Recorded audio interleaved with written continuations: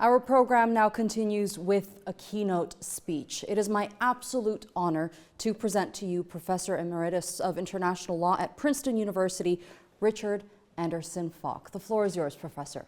Thank you so much. I want to thank also the Murray Foundation for inviting me to speak at the 4th Istanbul Education Summit and for orienting our sense of vocation as educators toward a future that will test the capacities of every national society to address the distinctive blend of social, economic, cultural, and ecological threats that currently cast dark shadows over the human future. I will do my best, although I think the conference theme may be a mission impossible, given the world conditions and limits on the autonomy of many educators, faculty, and administrators, as well as in some instances on the students as well. I take inspirational guidance from Nelson Mandela, whose life embodied the politics of impossibility, emerging from prison after 27 years to lead his country to a peaceful post-apartheid future. Nelson Mandela's words, "Education is the most powerful weapon which you can use to change the world." Mandela's uplifting affirmation of the importance of education leaves open the haunting question of how this may be done in various settings of diverse academic institutions throughout the world. It also leaves open the question of change for what? Despite the difficulties, my answer to this question is the same as those who set the 2024 summit theme in relation to societal equity and developmental sustainability. In facing the darkness of our time, highlighted by the inability of the international system of norms present in the UN Charter and the refusal of leading political actors to take steps to stop Israel's genocide in Gaza, Israel's genocide in Gaza, and even worse, these UN members actually facilitated the continuation of the genocide with unabated fury for the past 14 months. It would be easy to succumb to despair given these horrifying realities. We must struggle against such a surrender to these evil forces. I continue to believe that if we can find the techniques and deploy the wisdom to correctly manage this time of global transition, mobilized humanistic energies have the ability to bestow on coming generations a world more peaceful, just, and resilient than what currently exists for the majority of peoples throughout the world. Such a challenge of global scope centers on the sustainability of our natural habitat, a worrisome circumstance that has never before so threatened all of humanity throughout the whole of world history. This novel set of circumstances calls for new thinking, new values, and adaptive visions of how we live together in ecologically durable and ethically fulfilling ways. For us today, wherever we are on the planet, this current agenda raises crucial questions about the nature of desired effects on the educational experience of youth and whether it is feasible to change the teaching, learning experience in various concrete circumstances so that the injustices and environmental crimes can be described and solutions envisioned. It is also possible to take the existing framework of education as itself in need of fixing so that it will be more responsive to the values of an equitable society and the adjustments that need to be made to ensure that the inclusion of sustainability considerations in every young person's educational experience. Having this special opportunity to reflect on these issues, I intend to explore the implications of the summit theme as posing more fundamental challenges that are associated with those planetary dangers peculiar to this historical moment. As I see it, the deepest educational responsibility and opportunity is to prepare students to live in a world facing drastic change and profound challenges to traditional ways of knowing, believing, and acting. At first glance, a new educational priority would clearly be to teach skills and understandings appropriate to the digital age. But much more is at stake than digital literacy if society is to withstand the gathering storm.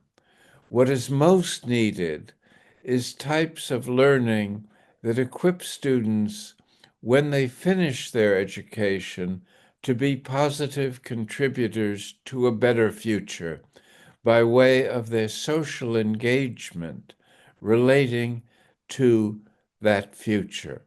This means not being content to be passive spectators in a world they believe beyond their capacity or will to influence.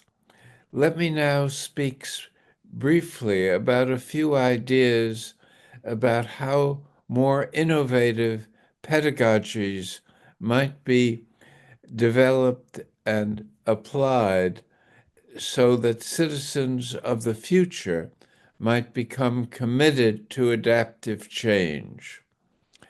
First, the global context.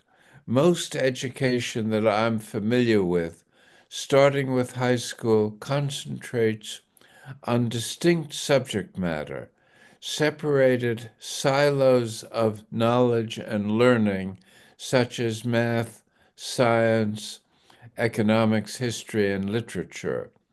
Such an education seeks to prepare students by in-depth teaching of various strands of knowledge useful for later employment or for a more appreciative humanistic sense of culture, generally emphasizing national or civilizational perspectives. Most teaching takes the natural setting of human activity for granted. There is there to be exploited for the benefit of various national societies and their commercial entrepreneurs. Such an approach served the modern world quite well until recently. It encouraged a sense of reality and knowledge as fragmented, a matter of mastering a part with little sense of the whole. It also was insensitive to the stark reality that societies could no longer assume the sustainability of their natural habitat that has allowed individual and collective life to flourish for several centuries without taking account of remote environmental harms. It also mirrored the global reality, divided into parts in the form of sovereign states, with little sense of responsibility for the stability and even sustainability of the whole. Our learning experience beyond the domains of technical knowledge, and by and large nurtures love of country, its history, culture, language, along with the distinctive ethnicities that give national identities to the sovereign states that we live in.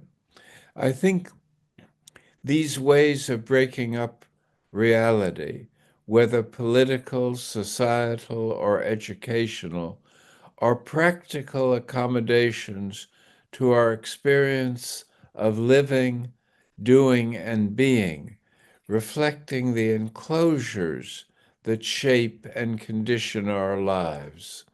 These enclosures are part of who we are and should not be rejected, but rather enlarged, merged, and adapted. This expresses the growing need to supplement traditional ideas about the role of higher education as imparting knowledge as specialized and fragmented. This would adapt the world we are accustomed to inhabit to this broader, growing awareness of wholeness, interactivity, and interdependence, as well as otherness. This is a recommended partial reorientation of education for the future of the sort envisioned by the summit theme. It is what I believe will produce more fulfilled lives for present and future generations of students. Hopefully, it will also give rise to a social and ethical consciousness in harmony with emergent realities and challenges. However much this adaptive approach to education seems persuasive, it will face formidable obstacles, including from special interests that benefit from the existing order and from entrenched beliefs resistant to change. Economic elites often resist equitable and ecological adaptations, whether due to their short-run negative effects on profitability or economic growth. This is reinforced by the tendency of dominant political classes to oppose changes that displace national security by appeals to human security as being subversive of military spending and societal safety in relation to foreign threats. Nationalists and fundamentalists, whether secular or religious, tend to be protective of beliefs that privilege the part over the whole. And thus, if we are to take this summit theme as seriously as it deserves in generating guidelines for educational adaptation, it will confront stiff opposition and resistance. Nevertheless, reality has its way of forcing itself upon social consciousness sooner or later, and education helps explain why. Oddly, perhaps, the best way of learning to face a challenging future is to consider the past. From the pre-modern ways of being in the world, we can learn the importance of living with nature and more adaptable ways of living together. From the modernist liberation of law, politics, and ethics from the tyranny of religion brought many benefits of technological and material progress that freed many millions of people from poverty, illiteracy, short life expectancies to experience more satisfying lives. Modernity led to educational adaptations to meet the needs and beliefs of a science and knowledge-based new order. Similarly, the destructiveness of religious rivalry and its connections with civilizational expansionism led first to imperial politics and colonialism, and then to nationalist movements of self-determination and resistance. The point I am trying to make is that the critical study of the past helps students realize that the challenges of the present that seem so threatening and new were fused with their life experience as long as humans have inhabited the earth. True, the emergent future we now face are both more radical and original in substance and scope, expressive of the underlying rhythmic ebb and flow of history. Current challenges can be made less menacing if tempered by sensitive portrayals of past historical analogues and the efforts of contemporary storytellers to narrate the dilemmas of change versus tradition in human relations and in the broader dynamics of organized society. More specifically, we can now ask in this hyper-modern atmosphere, where does this lead society? I offer 3 talking points that depict the tension between needed change and self-interested resistance to change. Under wholeness, first of all, the sense that in addition to national, ethnic, religious, cultural, class, and gender identities, we are now in need of developing what can be called a human identity or a species identity. What is declared is a condition of mutual dependence when it comes to addressing climate change, biodiversity, ocean resilience, and global security.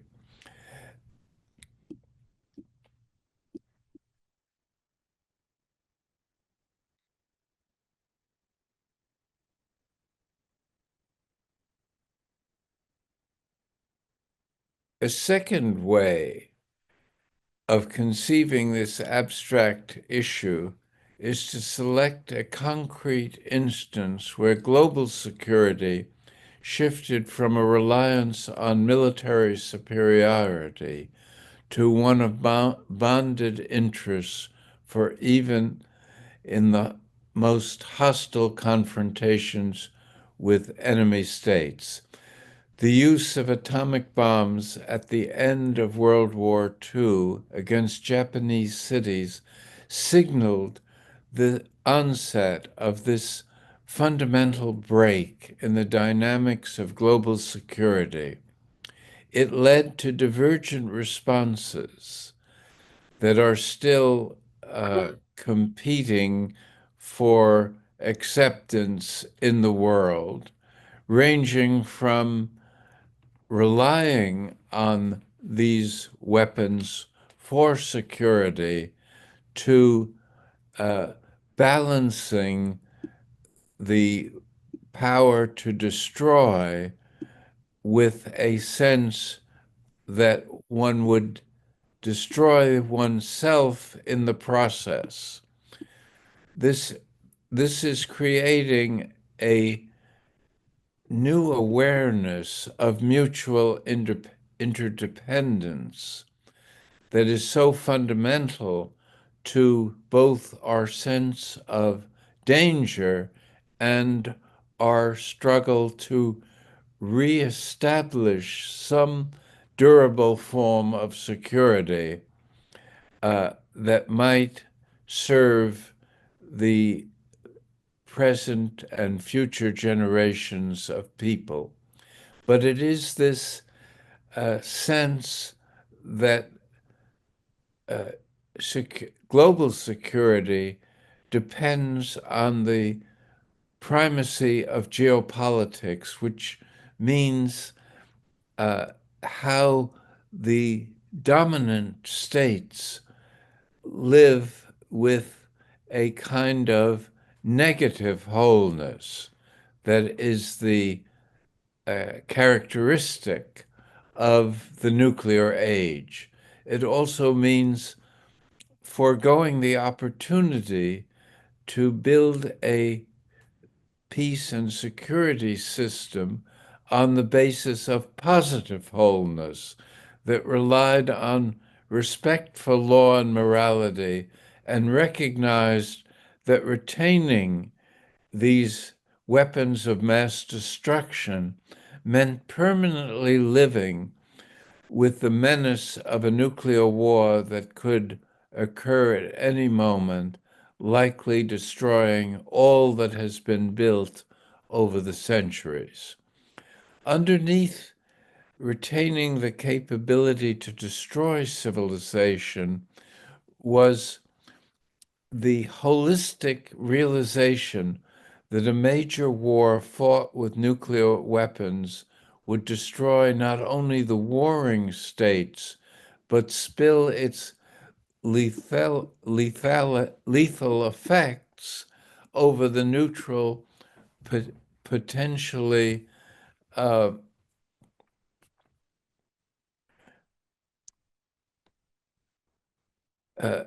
in the sense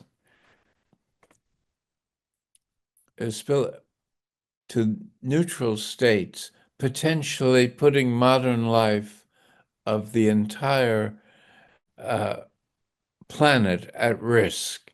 In this sense, the negative wholeness of a possible nuclear war remains an abiding danger that has failed to produce sufficient pressure to bring about change that would respond in a creative way to the opportunities for a more positive shaping of the wholeness that is part of this hypermodern experience. So we are doomed at present to live indefinitely with the awareness that life continues under the shadow of nuclear weapons and is a catastrophe waiting to happen. Such a prospect has been given a frightening plausibility by the recent escalations in the Ukraine war, Ukraine being given recent permission to shoot long-range weapons deep into Russian territory, and Moscow threatening to use nuclear weapons in retaliation against NATO weapons that have been supplied in recent years. How should educators treat this defining reality of the last 80 years? Or Should such a reality be outside what we want young people to learn about? Do we want to shield students from the grim features of the present human condition, or do we have the courage to expose these dangers in ways that include presentations of ways to surmount such catastrophic scenarios of the future? This same logic applies to ecological challenges of our time. Most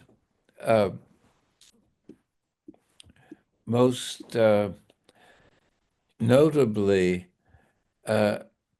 global warming endangers social well-being, even our physical survival throughout the planet.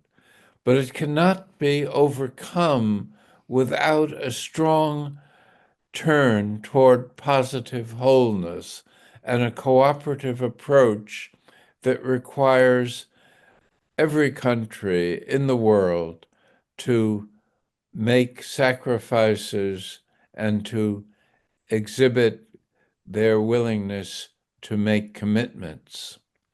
In addition to wholeness, the emphasis needs to be much more evolved in relation to equity. In addressing ecological challenges, for instance, it is necessary to use cooperation among grossly unequal states with respect to responsibility for the buildup of carbon emissions that is the main cause of global warming.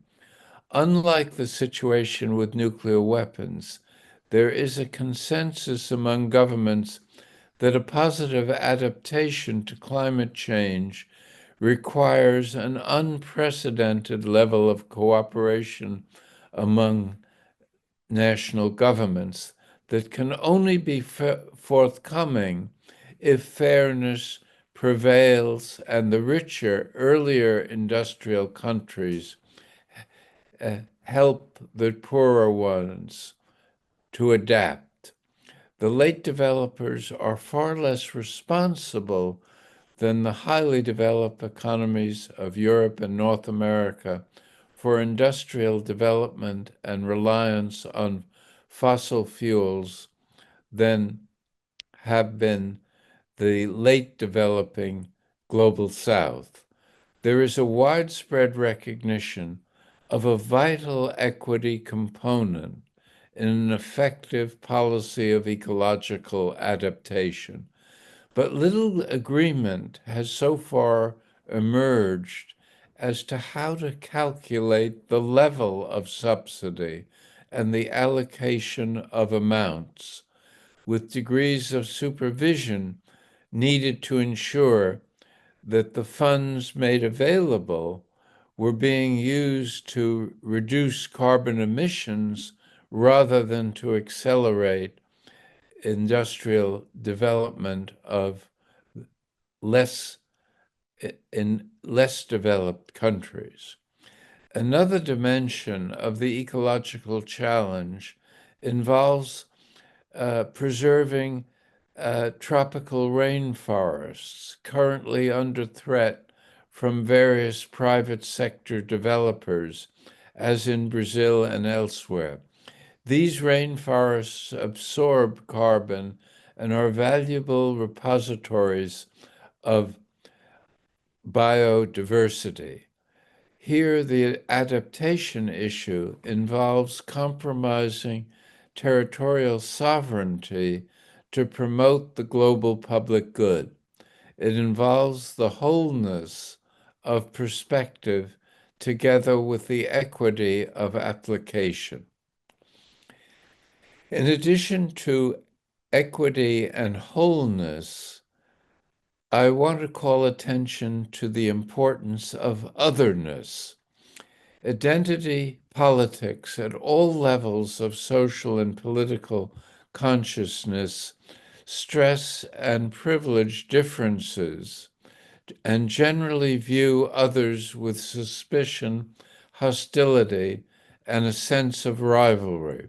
Often in world affairs, aligned identities confront what they believe to be a menacing otherness.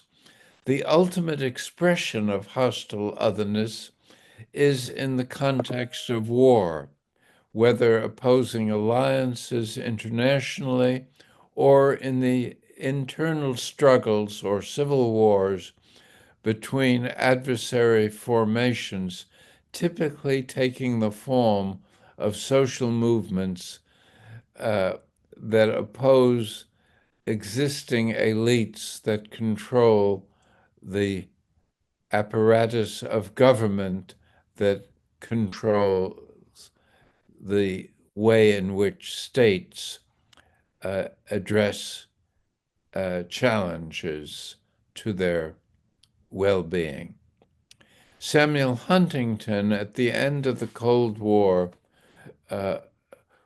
followed by the collapse of the Soviet Union, predicted not a peaceful sequel, but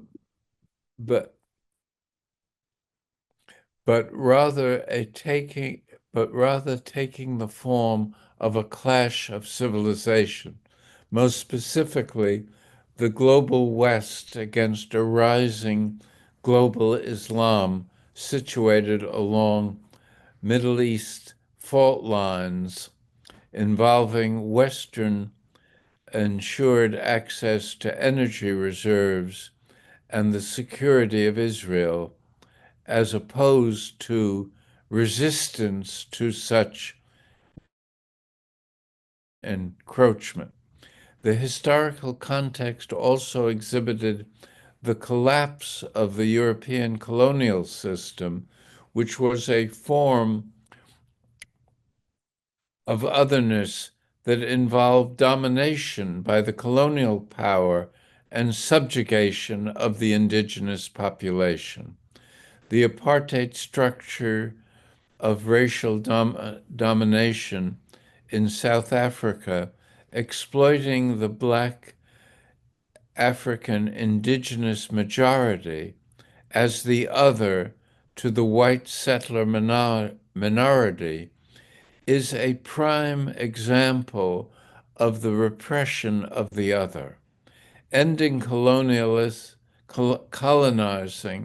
and racist otherness has been widely regarded as a desirable flow of history that liberated many people suffering from abusive forms of otherness, vertically arranged as in master-slave or white-black hierarchies of domination. This pattern is also evident in societal contexts by the othering of deviant lifestyles as expressed over the centuries by such behavioral patterns as homophobia and xenophobia.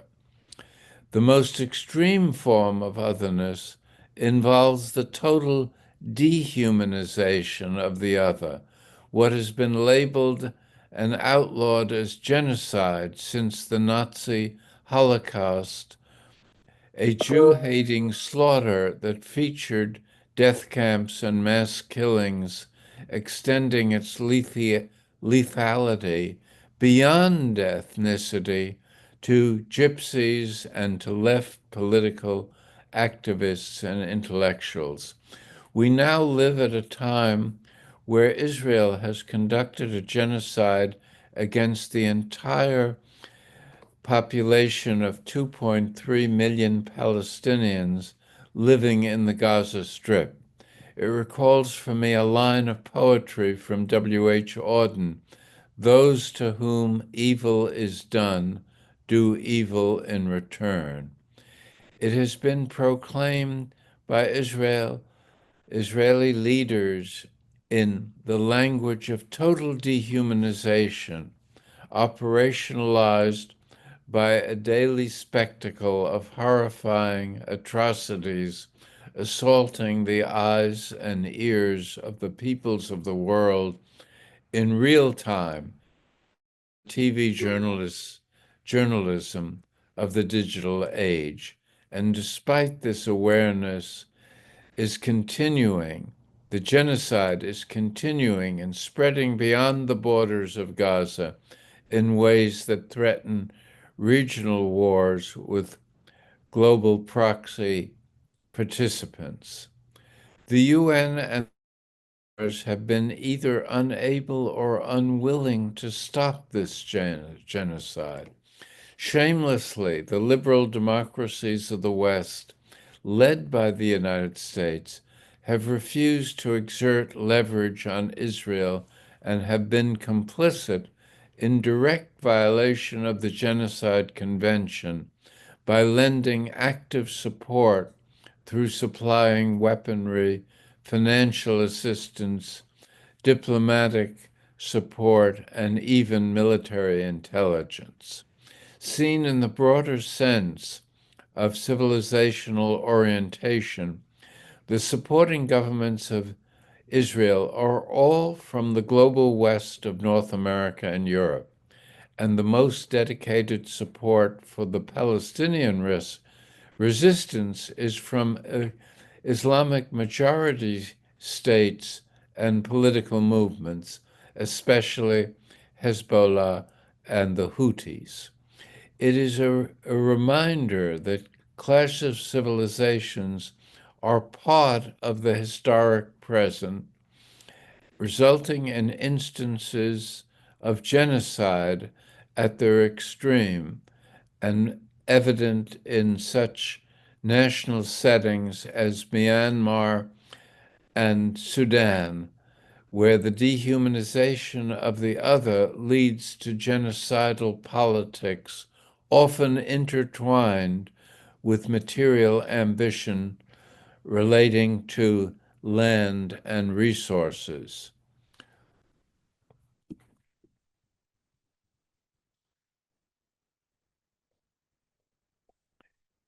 You who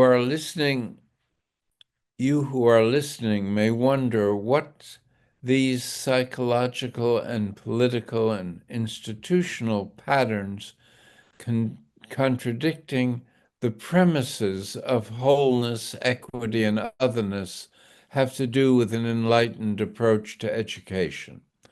I'm trying to convince you that these features of our world dangerously inhibiting adaptation to the ethical and ecological imperatives of the well-being of present and future generations. Our students deserve to learn how to live useful lives that are sensitive to these concerns. There is a folk saying that imparts wisdom. If it's not broken, don't fix it. But there is a secondary wisdom in relation to global security and its prospects for stability and sustainability. If it's badly broken, do everything possible to fix it. I think there are many fix-it approaches worth pondering in classrooms without presupposing a sophisticated view of the complexities of the contemporary world and its challenges. Let me venture two lines of educational opportunity. Civic engagement. It seems clear that the current leadership of both governments and corporations are not oriented toward addressing wholeness, equity, and otherness in creative and ethically meaningful ways. Governments are preoccupied with the pursuit of national interests, with governing performances judged in terms of short-term solutions and results. Most important is whether the quality of economic and political life for the national citizenry was being widely regarded as improving.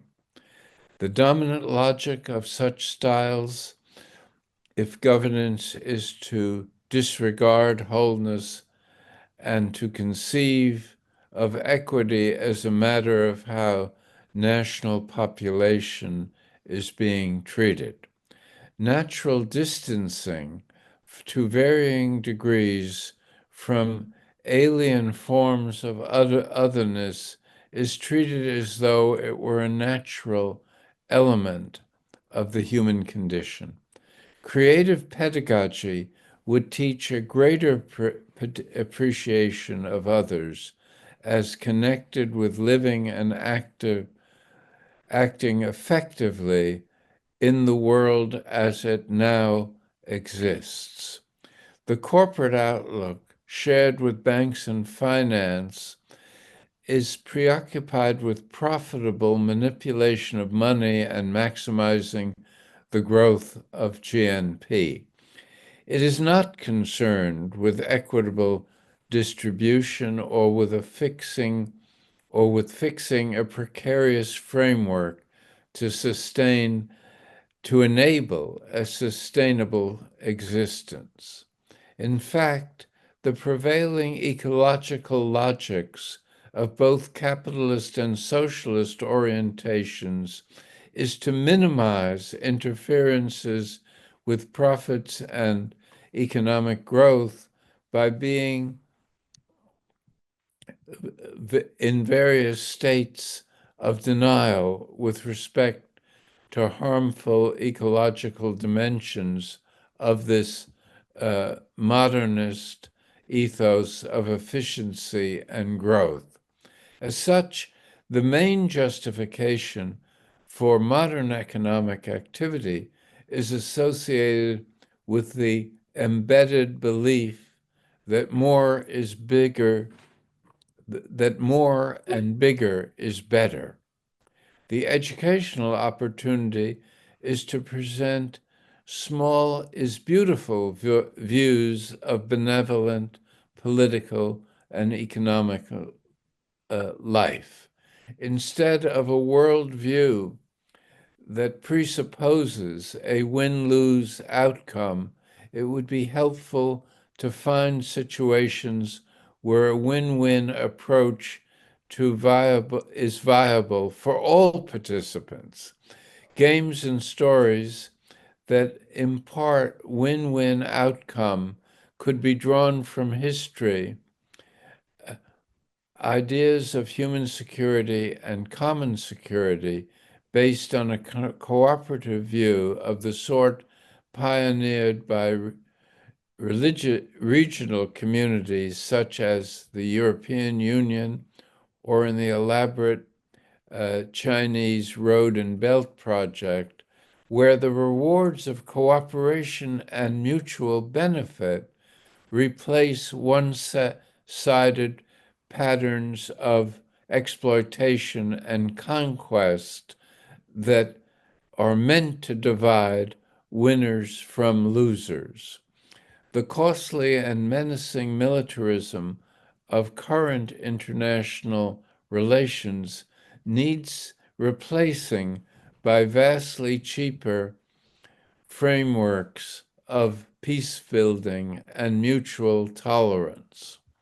Similar narratives can be developed to support for the rule of law as a replacement for the rule of the gun. Internationally, it can be shown that respect for international law frees resources for constructive use in relation to the demands of fairness and equity, as well as facilitate greater investment in ecological sustainability. If not wholeness, then communities of states acting regionally can solve common problems of security and sustainability, and thereby provide framing of better lives and more benevolent governance in a period of transition. I've argued that the US would be much better off if it had shaped its foreign policy in conformity with the constraints of international law rather than with the opportunities to follow the path of global ambition. It would work more effectively and much less expensively, leaving increased funds available for sustainability and better lives through a reliance on the guidelines of international law rather than, as has been the practice of great powers, by engaging in futile, unlawful interventions costing trillions. The remarkable rise of China for over the course of the last half-century, without relying on conquest or exploitation, despite its own deficiencies, offers a model of extremely successful alternative paths. Also instructive would be a comparative study of US and China in relation to these three signposts on a path to rational sustainability in the 21st century: wholeness, equity, and otherness. A comparison of the treatment of the poor, vulnerable, and internal others or minorities victimized by discrimination. A look at the experience of the last several decades would confirm this line of policy reform. It has not yet happened because the established order resists with all the policy instruments and brainwashing propaganda at its disposal. Special interests have been increasing their influence on the behavior of governmental institutions, working day and night for higher military budgets and on behalf of profit growth-oriented policies.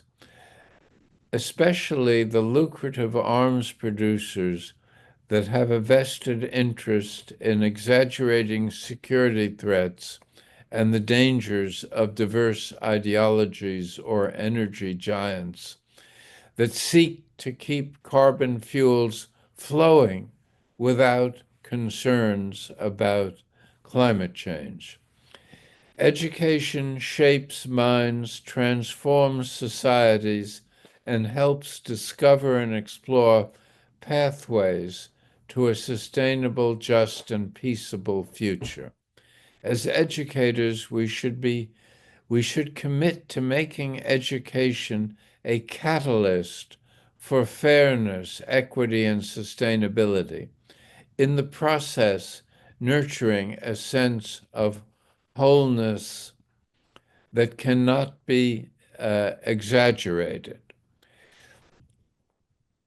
Ideally, education at all levels should prepare students for active societal roles as participating in organizing the shaping of public policy, and to not be mere passive spectators in the face of developments and challenges that threaten their future and that of future generations.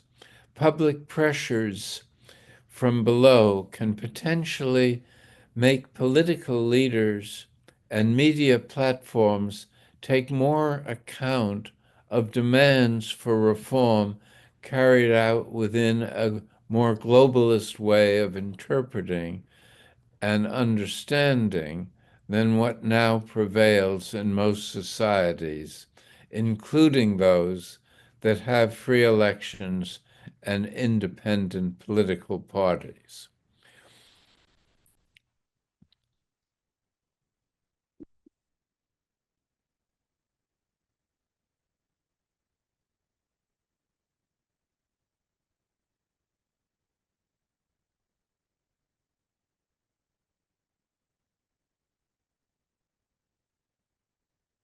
From an educational perspective of both preparation for a professional career and for benign citizen engagement, seems essential to prepare students for technological innovations on the horizon.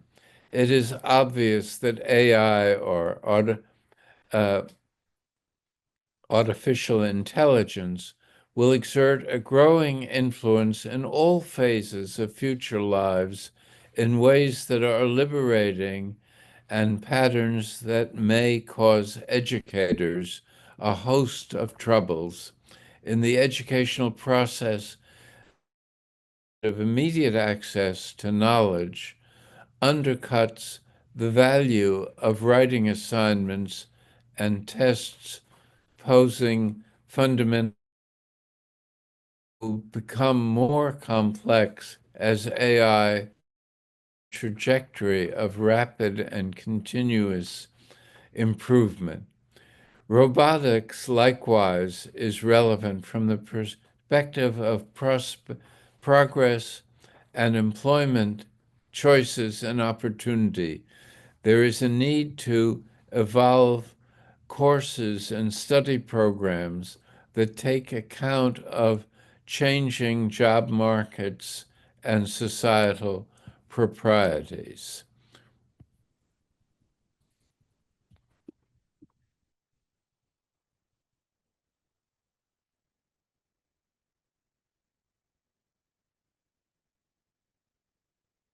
What educators need to think about is how to create courses assuring that students achieve digital literacy, even if they are not inclined to seek a career directly related to such transformative technologies that will strain existing societal ideas of fairness and equity.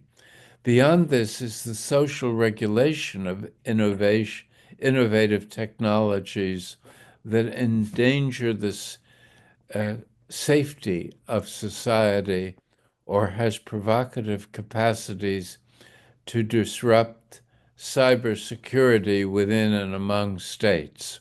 In other words, new technologies can endanger social peace within societies by making many forms of work obsolete or even dangerous. It can also cause havoc in international relations by introducing variants of stealth and remote weaponry, of which attack drones are illustrative, that these weapons can undermine existing patterns of security which are themselves unsatisfactory and dangerous. Unlike nuclear weapons, there is no way to control the spread of drones throughout the world. More than 20 years ago, a technologist named Bill Joy wrote a provocative article, "Does the Future Need Us?" In other words, it's human ingenuity generating uncontrollable dangers in relation to conflict while rendering most learned skills and hence jobs superfluous. It seems that creative and ethical innovations to keep pace with the technologies would have to become equally innovative, reinventing roles for body and mind, and in the process, posing drastic challenges on we who are educators to remain relevant to the life experience of our students and the society that awaits them. And it is in that context that it becomes so important to educate as best we can the political elites that are running and governing our world and still are captive to an outmoded sense of what provides security and progress in the 21st century. Educational endeavors are challenged as never before, but under a variety of diverse conditions involving cultural norms, political structures, economic practices, and spiritual aspirations. Of course, diversity of experience exists within national and civilizational boundaries as well as within regional and global spheres of human activity, with different perceptions of what constitutes appropriate response. This will produce a bewildering variety of responses, not all in keeping with the theme of this Istanbul Educational Summit. Hopefully, some of the responses will be responsive, and on those we can build a viable future.